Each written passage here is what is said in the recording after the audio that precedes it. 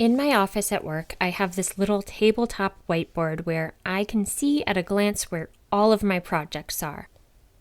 It's not entirely dissimilar to the surgery board in Grey's Anatomy, except my projects are not life or death and don't require nearly so much room. It's color-coded and it makes me acutely aware when any one task is hanging out longer than it should be. For better or worse, I'm a little bit type A with a sprinkling of hyper-organized with my work. My craft storage, on the other hand, speaks to being a better rounded, multifaceted, and frankly, much messier individual. But I think, given my work organizational skills, I would be excellent at maintaining a chain of custody. Fortunately, or unfortunately for Gunnery Sergeant Hirst, his substance abuse control officer did not have any of the same skills. This is Conduct Unbecoming. I'm Erin, and I'm your host.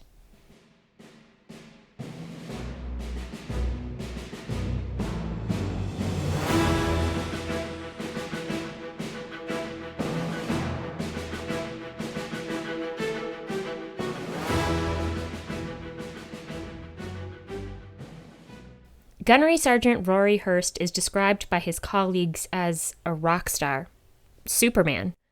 He was highly decorated, earning a Navy Marine Corps Commendation Medal with a V Device for Valor for his courage under enemy fire during the 30-day battle for Marjah, Afghanistan in 2010.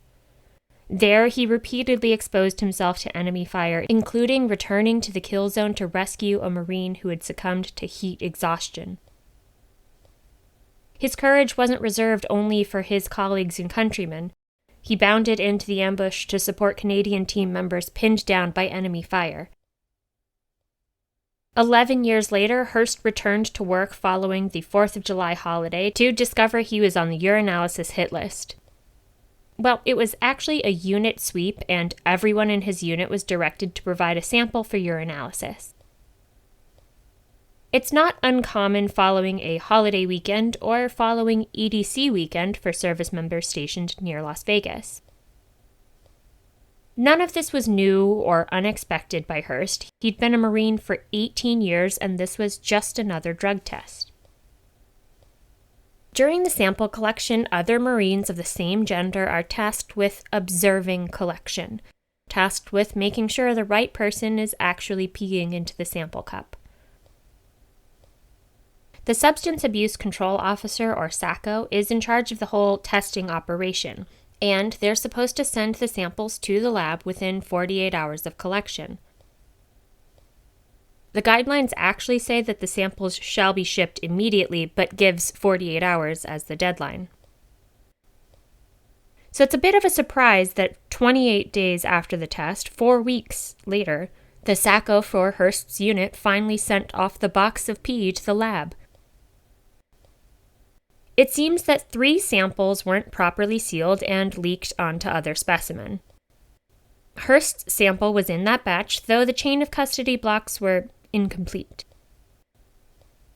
There was technically no real documentation for where Hirst's sample was between July 6th, when he provided it, and August 16th, when it was received by an authorized carrier. The SACO is in charge of overseeing the testing event and advises a commander on all matters related to urinalysis. They're expected to be current on the Marine Corps policy and related procedures and in charge of the collection and transportation of urinalysis samples. The SACO for Hirst's unit knew there was a 48-hour guideline, but he really saw it as more of a suggestion. He testified that he didn't use the handbook or the guidelines contained within it to guide what he did in his actual job. He believed there was no timeline. He was committed to practicing what he preached, and the SACO's own urine sample sat in a supposedly secure wall locker for 6 months before finally being shipped for testing. If you did the math and realized that it's more like 6 weeks between July 6th and August 16th, instead of 28 days, and wondered where that 28-day number came from, the SACO maintained his own separate chain of custody document that listed August 3rd as the day Hirst's sample was packed up. So either the Sacco packed everything up 28 days after the test was administered and sat around with a box of pee for 2 weeks, or he didn't accurately capture what day the samples were packed up and shipped out. The Sacco said that the August 3rd date was something he'd written down, but he didn't actually know when he'd written it down. He did say that he had not gone back to fill in the missing date after learning Hirst's sample tested positive for methylene dioxymethamphetamine, or MDMA. When pressed for some kind of explanation as to why 2 copies of the same document didn't have matching dates, and why his signature didn't even match across the documents, the Sacco simply blamed it on his sloppy laziness. An audit of this particular Sacco's tenure racked up a 31-page list of deficiencies and discrepancies. Many issues were centered on leaking bottles, samples that couldn't be tested and that could compromise other specimens. But the Sacco sent in boxes missing listed samples entirely. Some had the wrong unit identification code. Each sample was sealed with what the court referred to as tamper-proof seals, but I think a better name for them is tamper-evident seals, seals that would break if they were tampered with. The Sacco sent out boxes with those tamper-evident seals broken, indicating there might be some kind of tampering. Some samples bore 2 seals for no apparent reason. Some samples were insufficient or of too small a volume to adequately test. Perhaps more concerning, there were a number of issues with the labels. Department of Defense identification numbers that didn't match the initials of the Marine who signed the seal.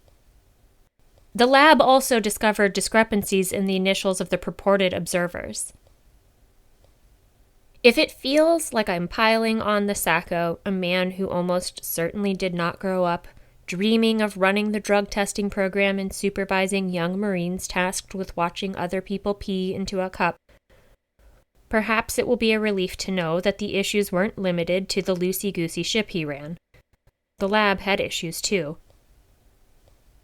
An employee of the lab endured suspension in July 2021 for improperly handling samples, leading to a false negative result. It's not uncommon for Marines who fail a drug urinalysis to plead ignorance of how they came to fail a drug test. If that fails, they remind the panel that they are, in fact, a rock star. They're Superman. They parade in fellow Marines, truly impressive, stellar Marines, to tell the panel that the accused was too good to have taken drugs. Apparently, the good Marine defense dates back to the 1928 Manual for Courts-Martial and was going strong until around 2014, when Congress clarified that the good soldier defense was inappropriate specifically in sexual offenses. But this modern view makes sense in drug pop cases too. It doesn't matter if someone is brave and a good marksman if they're doing the job high. That's just a liability. For extra flavor, an accused may add, as they did here, that the accused was an incredible athlete, that Hirst competed in semi-professional mixed martial arts. The body is a temple defense. Most of these defenses fall flat because a properly administered urinalysis test is pretty damning. Science is still a real thing. Another popular defense, but one that didn't come up here, is the innocent ingestion defense. In that innocent ingestion defense, people argue that the deer antler velvet in their pre-workout powder popped positive on their urinalysis test for banned steroids, or that a mysterious and benevolent drug fairy sprinkled methamphetamine in their beverage, or some other far-fetched explanation for how the drug came to be in their system against their will or knowledge. I think maybe where Hirst went wrong was by requesting a judge-alone court-martial. On the one hand, he only had to convince one person that he was not someone who would start doing drugs 18 years into his career. On the other hand, a military judge has heard all of these defenses before, and a panel might be a less incredulous audience that was more able to put themselves in Hirst's shiny shoes. That's all to say, the seemingly standard defenses weren't enough to persuade the military judge, who found Hirst guilty of wrongfully consuming MDMA and sentenced him to a reduction to E5 and confinement for 90 days. The sentence did not include separation from the Marine Corps. Casually dropped into a footnote is the Navy and Marine Corps Court of Criminal Appeals note that Hirst actually faced 2 specifications of wrongful use of MDMA, and that the military judge acquitted him of the first specification for supposed consumption in or around May 2022. With that detail, and in the context of the rollout of tired and worn-down defenses, I can actually kind of understand how the military judge arrived at the judgment they did. There were a lot of errors in how the drug test was administered and the samples maintained. In fact, how the entire substance abuse testing program ran out of Hirst's unit. But it would seem odd for lightning to strike twice, 2 months apart. And there isn't any detail on what it was that led to that first specification, but if I had to hazard a guess, I would assume it was a positive drug test. I don't think it would make sense for it to be somebody coming forward and recounting a time when they witnessed Hirst consuming MDMA, because that would have thrown off the rest of the case. On appeal, the NMCCA described the government's entire case as only a positive drug test and the permissive inference. So we don't have much to go off of here, but I think it becomes more understandable how the judge came to the judgment they did. It feels a little like splitting the baby. A Day 1 Legal Beagle sent me this case because I've been hinting that I hadn't seen a reversal on appeal for factual insufficiency under the new standard. So this one feels like a gift. Hirst challenged his conviction for lack of factual sufficiency, pointing to the wild variety of errors in the urinalysis program. The significant chain of custody issues were enough to give the NMCCA pause. Science proved that some of the urine in the box the Sacco sent tested positive for MDMA. But given all of the issues with not testing the observers, jars of pee sitting around in a wall locker for months, the suspect labeling of samples, and terrible record keeping, a fact finder could reasonably decide that someone's sample tested positive for MDMA, but it wasn't really logical to find beyond a reasonable doubt that the sample that tested positive was actually Hirst's sample. The level of MDMA discovered in the positive sample was low enough that whoever provided it may not have even felt the effects of the drug. So it's not like there were witnesses that could say, it was definitely his sample because I remember he was rolling at that barbecue. He was euphoric for no apparent reason and was a little too interested in the fireworks colors. Taken all together, the serious deficiencies in the evidence were enough for the NMCCA to overturn Hirst's conviction for wrongful use of MDMA and dismiss the matter with prejudice. This feels like the exact right application of the new factual sufficiency standard. I'd normally roll the Legal Beagle transition music somewhere around here, but surprise, the second half of this episode is basically a bonus case. I was so enthusiastic in episode 45, the Cook case, thinking we made so much factual sufficiency progress. Even in the first half of this episode, I was fully on board with how the courts are applying their new standard.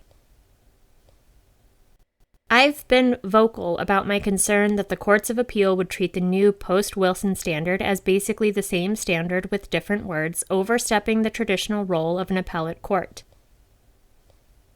I've been so pleased with the level of deference the intermediate courts of appeal have given to the trial courts and their findings of fact. But the Court of Appeal for the Armed Forces decided to rain on my parade. Let's briefly discuss CAF's first opinion for its new term, the United States versus Mendoza.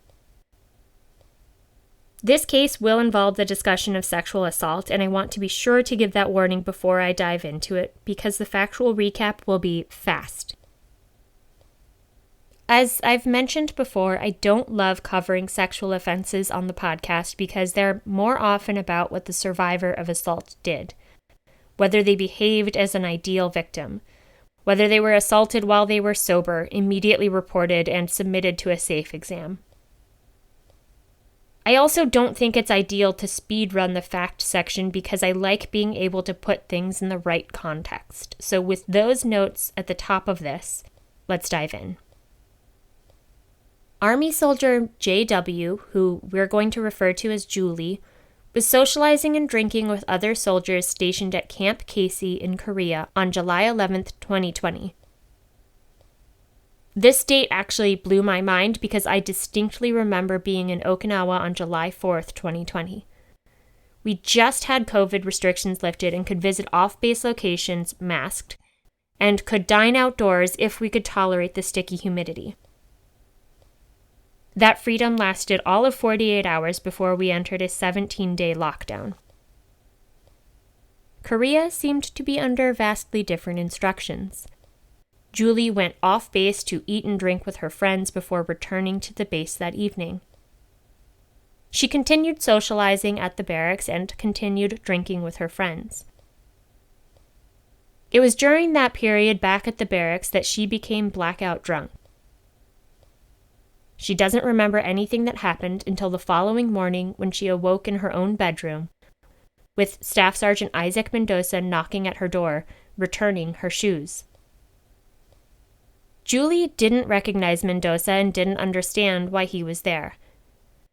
He returned later, waking Julie again to ask if she was sure that she was okay. When Julie was fully awake, she also became fully aware that something was wrong. She wasn't wearing her underwear from the night before, but more alarmingly, her tampon from the night before was pushed all the way up inside of her and she was unable to retrieve the string. With that, Julie realized that she had more to worry about than toxic shock syndrome and began to panic. She stopped first at the barracks desk to ask the non-commissioned officer there for help in identifying the man who'd stopped at her room twice that morning. That NCO manning the desk contacted the Sexual Assault Response and Prevention Program representative, who arranged for Julie to receive a sexual assault forensic examination at the Troop Medical Clinic. In addition to alcohol, she had Benadryl in her system, though it's not clear when she consumed that. A friend of Julie's tracked down Mendoza to ask what happened the night before. Mendoza replied that Julie had fallen asleep in his bed. They got Julie on the phone so she could ask Mendoza herself, and he told her that nothing had happened, but that she had locked herself in his bathroom. He told her that she had taken a shower in his room and then gotten dressed drunkenly, and oopsies, she'd put her shirt on backwards. Mendoza asked Julie's friend if he could join the visit to Julie at the clinic, and apparently somebody said yes. In the parking lot, Mendoza explained to a CID agent that Julie had been in his room the night before. Of course, in a later interview, when confronted with the fact that Julie had done the safe exam, Mendoza offered more. He disclosed that he'd had sex with Julie, which he said was consensual. He said she'd never said no or attempted to withdraw from the sexual contact.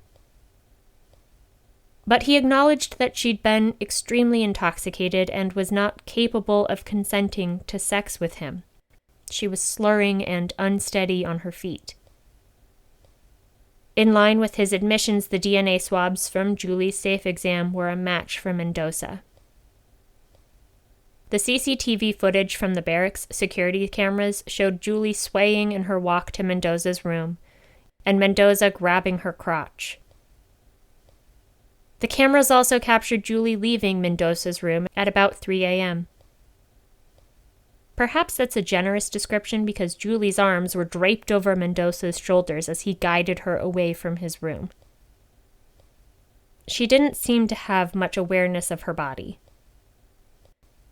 The government charged Mendoza for the sexual assault, but did not charge Mendoza with assaulting someone who was incapable of consenting due to extreme intoxication. The CAF opinion specifically highlighted this charging decision, but notably declined to dive into the history of systematically undercutting convictions achieved under the too intoxicated to consent theory, narrowing the applicability to the point of uselessness. Mendoza opted for a judge-alone court-martial, and the judge convicted him of one specification of sexual assault.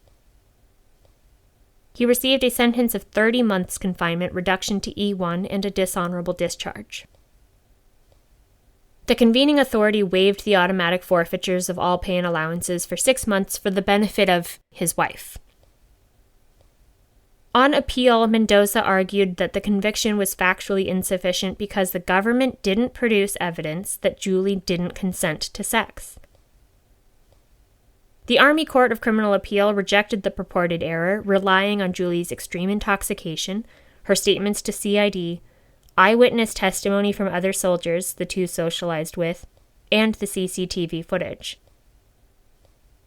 I haven't read the ACCA's opinion on this, but I'd be surprised if no one mentioned that Julie was on her period and the location of her tampon in the morning as further evidence that she didn't consent to intercourse with Mendoza. CAF took up Mendoza's appeal and dove deeply into the legal sufficiency arguments he advanced. But listen, we're already like 3,000 words deep here, so we'll leave those arguments for the Office of Special Trial Counsel attorneys to decipher so that I can get the rest of you out of here within a reasonable time frame.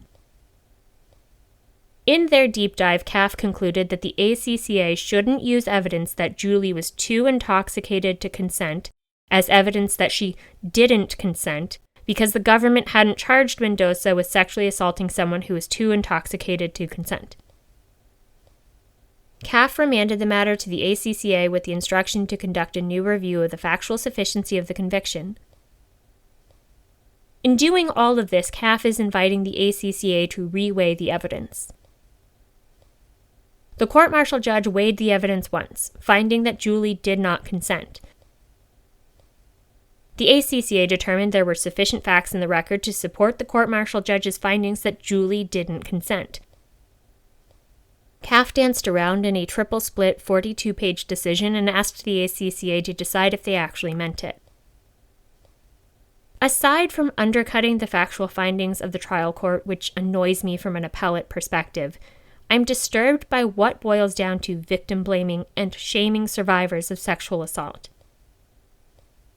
Military courts seem loath to accept that there are times when a rapist knows that even if someone did say yes to sex, they are too drunk to mean it.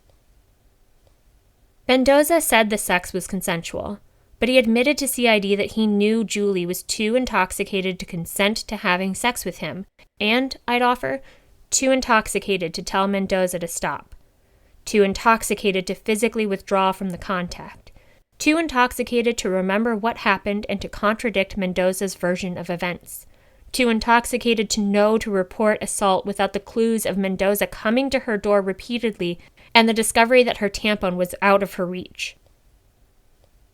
Directing judges both in the intermediate courts of appeal and the trial court to discount a victim's intoxication would seem, in my opinion, to establish a system where drunk people are responsible for their conduct and their assault, but their rapists are not.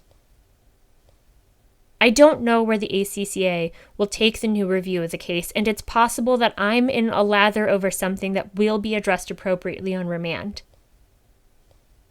Perhaps we add all of this to the list of reasons I don't like to cover sexual assault cases.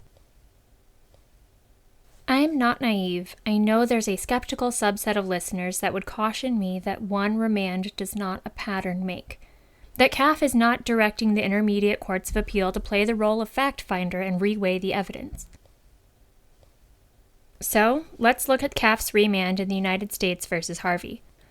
If you thought my Mendoza fact pattern was speedy, prepare to be amazed. Hospital Corpsman First Class Rodney Harvey and C.E., who we'll call Cece, were members at a Washington state gym. Harvey approached Cece in the workout area and began speaking with her about bodybuilding. They exchanged social media contact information before Harvey made sexual comments toward Cece, telling her he and his wife were interested in a threesome.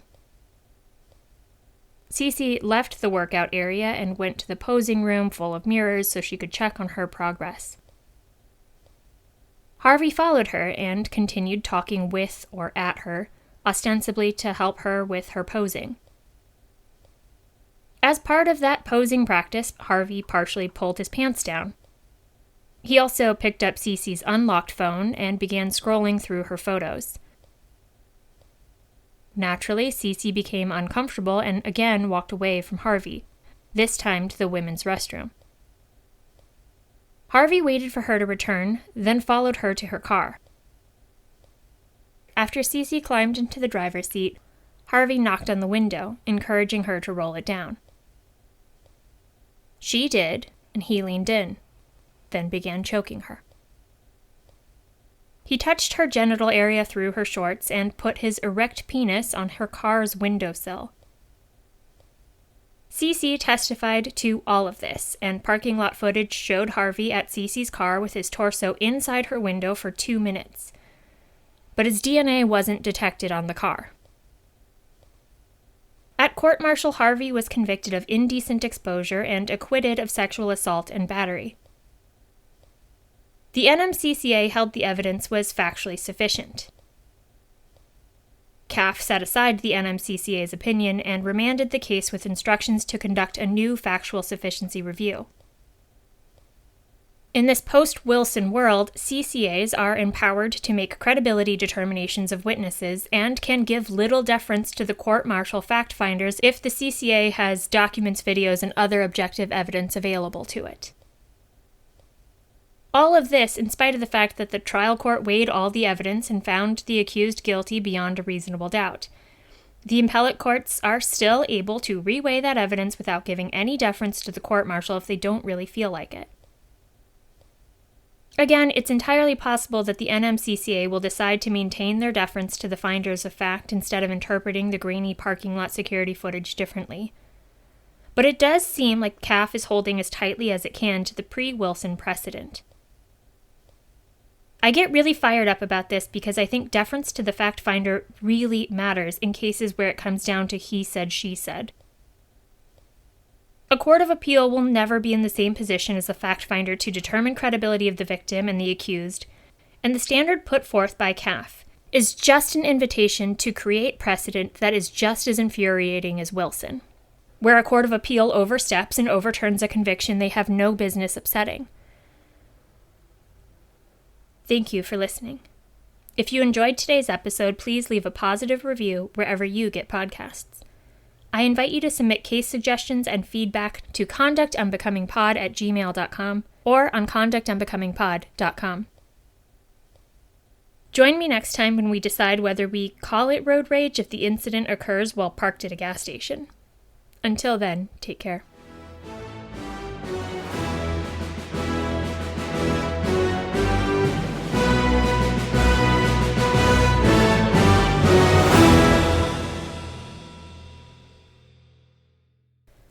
Conduct Unbecoming is a podcast where I get to talk about interesting crimes and cases that involve U.S. military service members.